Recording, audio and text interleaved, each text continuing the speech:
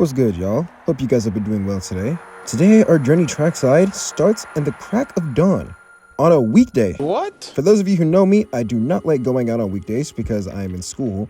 But, speaking of school, I absolutely bombed a test the day before. And by bombed, I mean I got a 40. Like, I straight up failed.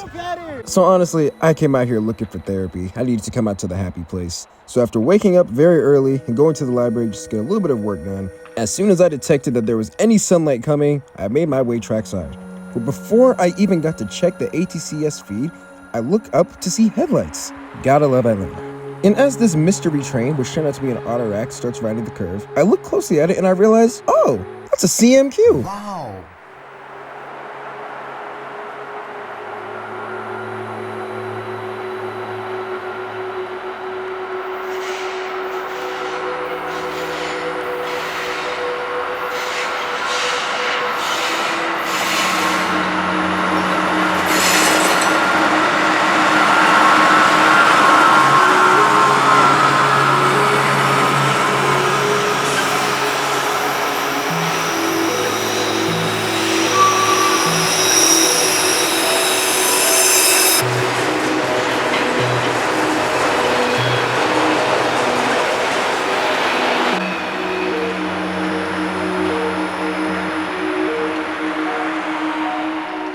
This is peak Atlanta magic.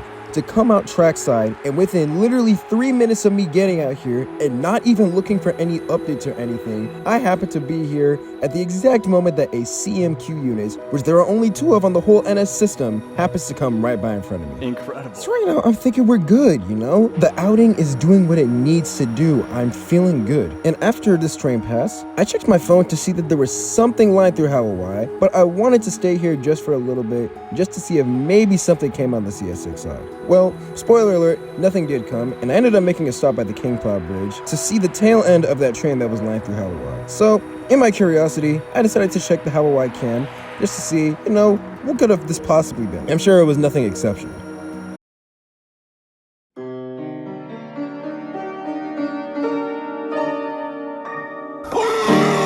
Yeah? What?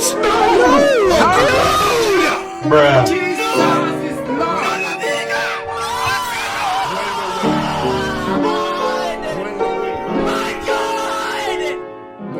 Y'all, when I tell you I was so close to jumping off of this bridge, how on earth does this happen?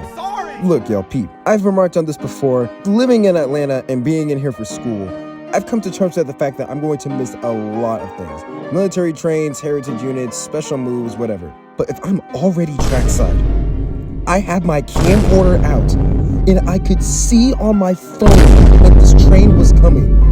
How does this happen? You are so sorry. Oh my lord, bro. For those of you who are unaware, this is Norfolk Southern 25A. 25A with Norfolk Southern 8114, the original NS Heritage Unit leading.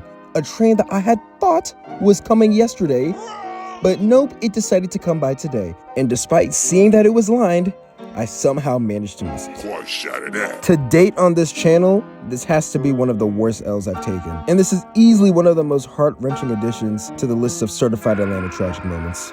But hey, am I going to really complain? Think about all the stuff we've seen over the past few months. We've seen the Veterans Unit leading a rocket train. We've seen multiple heritage units. We even seen CSX heritage units, which I have no business seeing. Plenty of rolling meets, plenty of train races, plenty of awesome and cool stuff. And I just caught a CMQ unit, and there are only 2 of those on the whole NS system. And to be honest, I've seen 8114 leading twice on 2 separate occasions. So am I really going to complain? Yes, I am. Because how does this happen? After getting over this miss, I really didn't get over it. I went over to Hawaii and didn't see anything happening. So I continued over to Inman Yard, where 25A had already inbounded, and there was no activity as I could see. There was actually a CSX train running, but it was running under the tunnel. So I was just listening to distant GEVO noises until I realized it's literally going under the yards. Looking off in the distance, we can see some bluebirds by the locomotive shops, some freight moving towards the north end, and some Union Pacific power that I'm pretty sure came off of 28J or something. And closest to us, we have this loaded coal train with BNSF power heading southbound, likely for the Sheriff plant. It would appear that a crew change is going on here just because of the PTI van and the fact that there are 4 people standing next to the locomotives. Looking off in the distance, we can see the rest of the coal train consist and a lot of power parked in front of the locomotive shops. But what good does that do me if there is literally nothing going on? When I'd initially come here, there were no trains moving. I really didn't think that the BNSF coal train was going to get moving anytime soon. Eventually, the crew change completed, with one of the crews going into the PTI van to the right, and one of the crews going into the loaded coal train sitting right before us. But there was still nothing going on, and the only activity I was seeing was on the roads.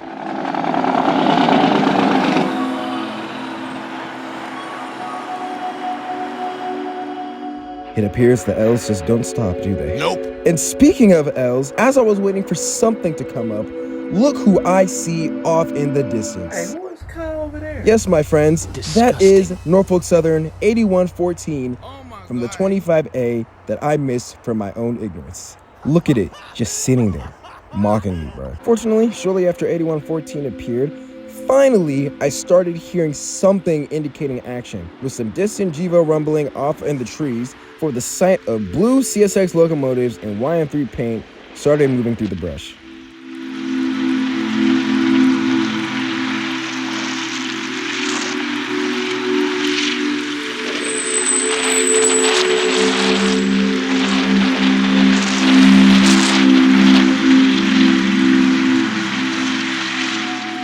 Before us, we have 2 CSX GEVOs rounding the curve that runs adjacent to Inman Yard, pulling their own set of loaded coal hoppers to a destination that I'm honestly not aware of.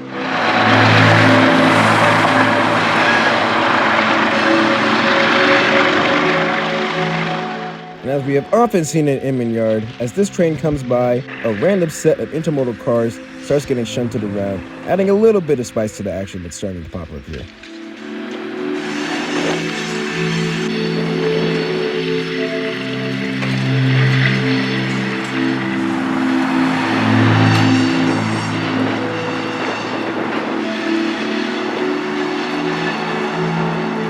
And speaking of coal, look who's now decided to join the party. That coal train that we had originally seen when we first came here actually got lined up out of Inman. And so the AMD units start roaring as they make their uphill ascent out of Inman Yard and starts heading southbound towards the Sheriff plant.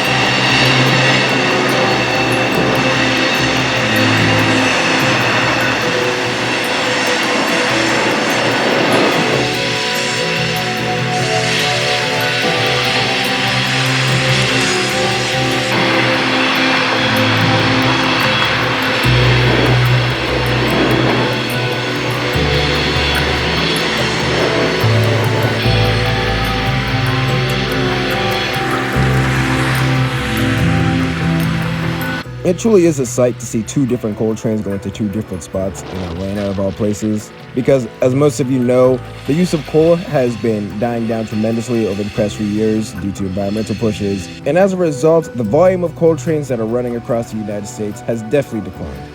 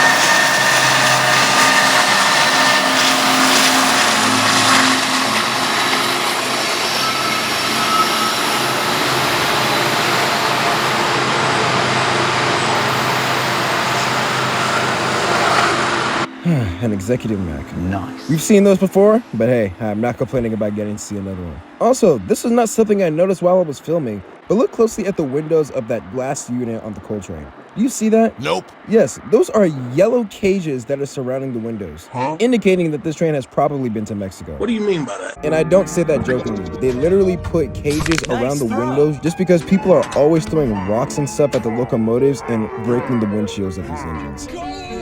I'm not saying that doesn't happen here, but there has definitely been a pattern of units going to Mexico and coming back a lot more beat up than when they initially entered.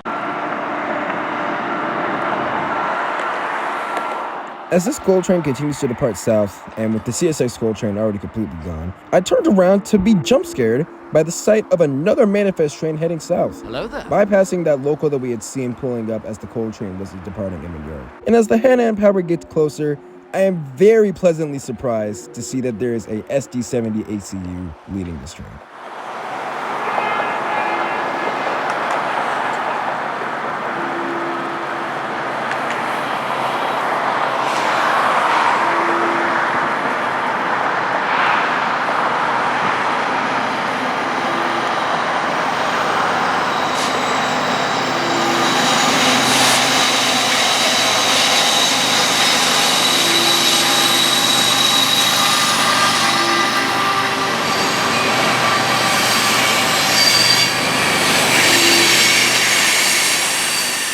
I did not know this at the time of filming, but as I would come to find out a few weeks later, this lead unit, Norfolk Southern 7300, has some rather interesting history to it. Namely because of an event that happened this past summer, when a man who must have been on something somehow got the crew to get out.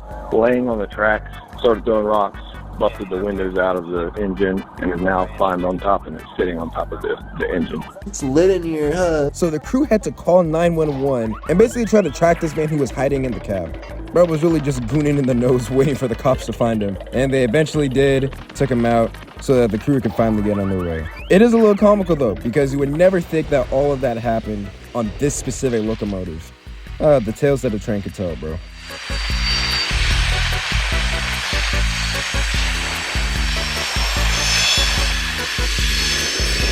Turning back to face the north end of the yard, we still see our manifest going by. That local navigating the hump is starting to reverse, and if we look close to the locomotive shops, we can see 8114 sitting next to the Bluebirds and the crew getting out of that rear end locomotive. So we have no chance of serving here. And in fitting Atlanta fashion, Jump Scare Part 2 decides to happen with the CSX manifest rounding the curve, giving us our second rolling meet of CSX and NS Power here by Inman Yard.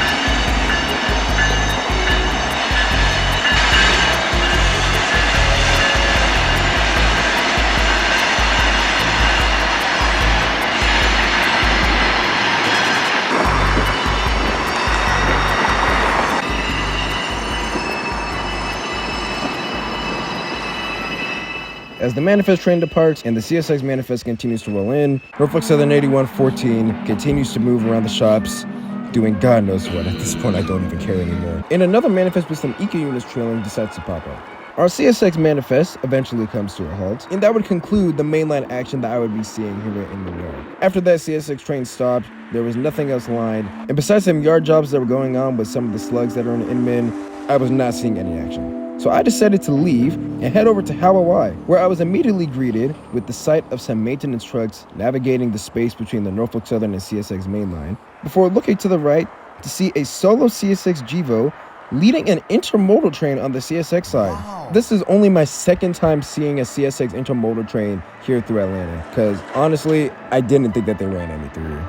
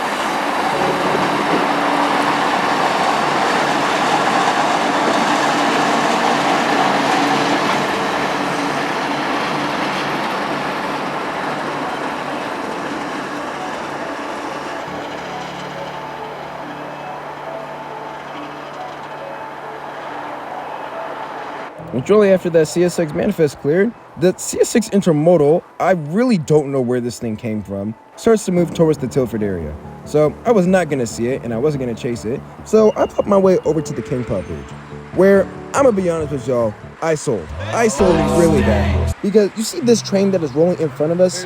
When I had first come here, it was not lined all the way through Inman. So I thought that I could beat it to the Bankhead Bridge, which I didn't. I saw it as I was heading there, so I had to turn around and barely managed to catch up before the head-in had cleared the bridge. Fortunately, I had seen the power before, so I wasn't really too concerned with missing it. But I'm glad that I tried chasing it back here, because look what chasing it back here has led us to. A triple meet. Whoa. We have the local train running in front of us, that original manifest that we had seen with the eco units now coming up out of Inman, and we have the Norfolk Southern CSX transfer train coming out of the Howell Industry area. Incredible. All moving right in front of us. And the first of these two other trains besides the local would be that manifest train coming up.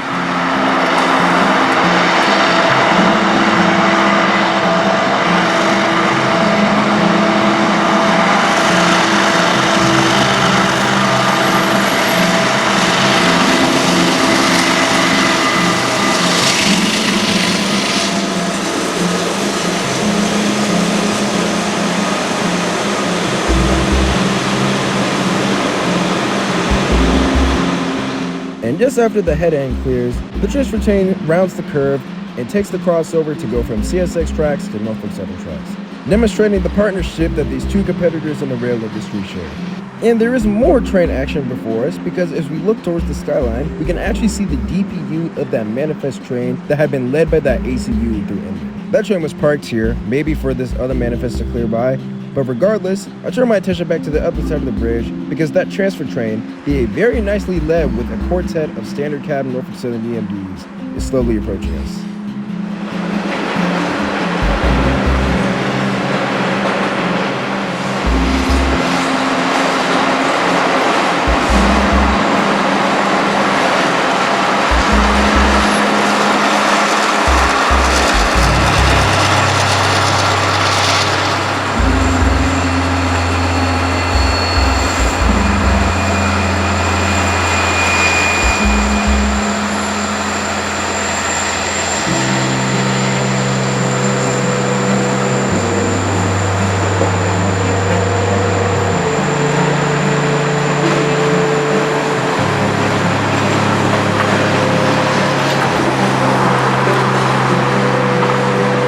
With our other manifest gone, now that all we're left with is the moving transfer train coming up out of the Howell Industry area. This train very often has old power, and usually some interesting loads like this old Pan Am boxcar.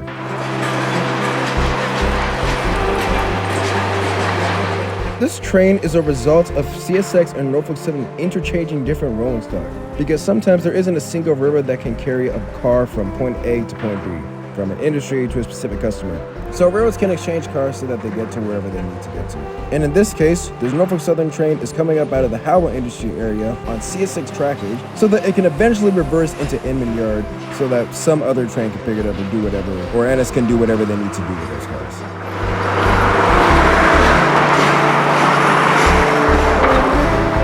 With the transfer train gone, I decided to make my way over to the CP Jones area, where at this point that ACU-led manifest had started to move, and there was a CSX high railer off in the distance under the bridge, doing whatever sort of maintenance they need to do. And there were no actual CSX trains, just like this morning, so all I was left with was to film this Norfolk Southern manifest, continuing south towards its next destination.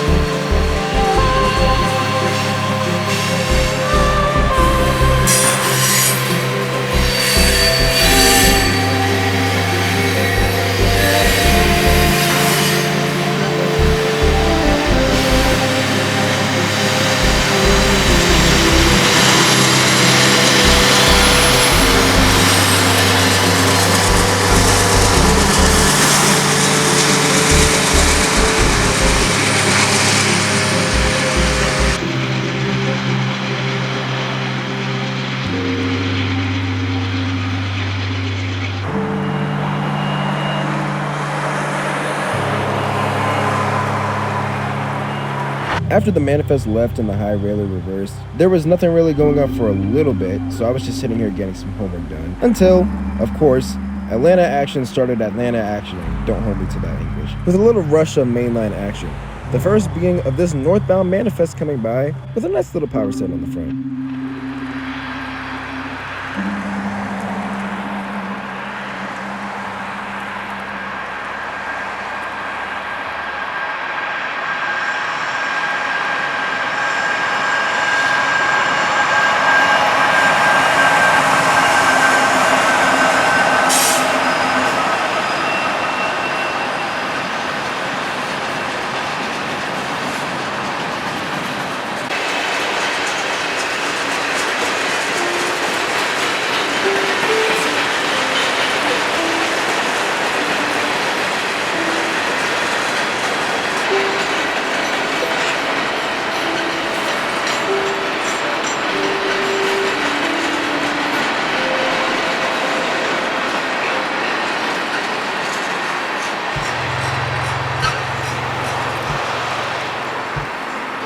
After the manifest cleared, the transfer train actually popped up rounding the curve.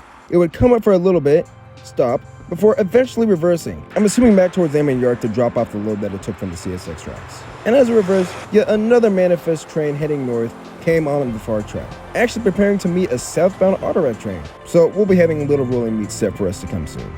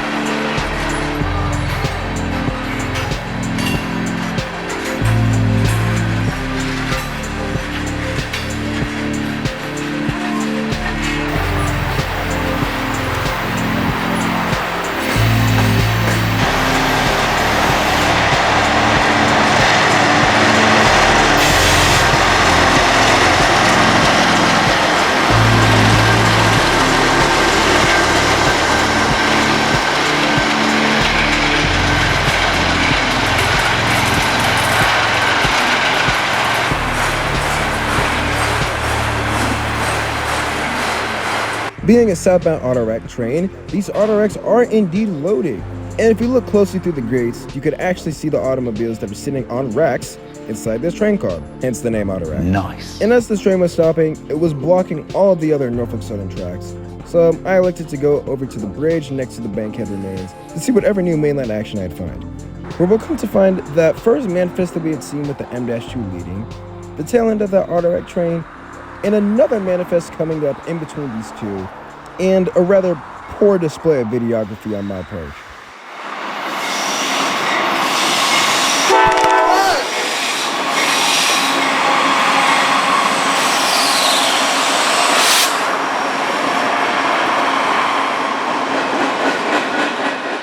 Bro, getting jump scared by a horn and stuffing up the pan. Bro, call me Rector, bro. As far as y'all know, the zooming and startling that you just saw did not happen. Just completely bypass that out of your memory, alright? Nope.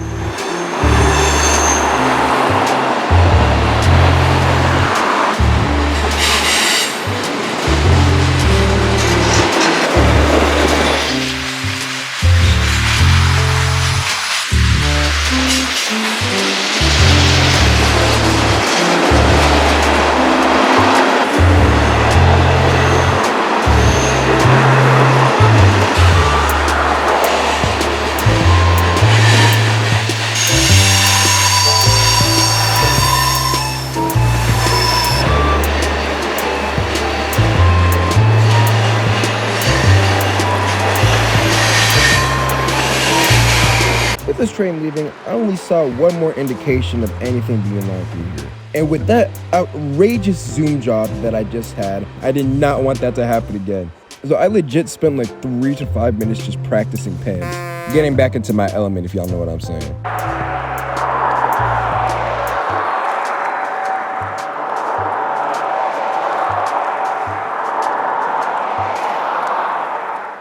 The faraway whistle from Georgia Tech is a distant reminder that I have class. So whatever is being lined through here right now will be the last train of our trip. And fortunately for me, it would not be long after this whistle blew before I started seeing the glare of headlights on the manifest train, and the final catch of this day filled with blessings and tragedies came on by.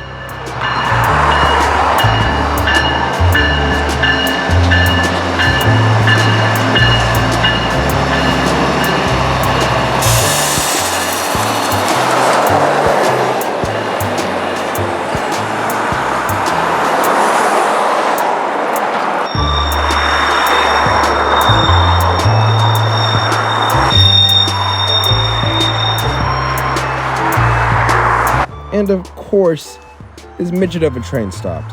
So at this point, we have 3 trains parked on the Norfolk Southern Main Line, meaning that there is literally nothing that can run through here. A perfect way to end, considering that I have to go to class, so I know I won't be missing anything leaving. Oh man, this was the day of L's and W's. Like, I literally came out here to avoid my education L, and here I am taking the filming out. Like, dog, I just want to win, bro. But hey, you win some, you lose some. It's part of the hobby. And I'm glad that I could share this adventure with you all. I hope that you guys enjoy the video. And as always, God bless. I will see you soon out on the high iron.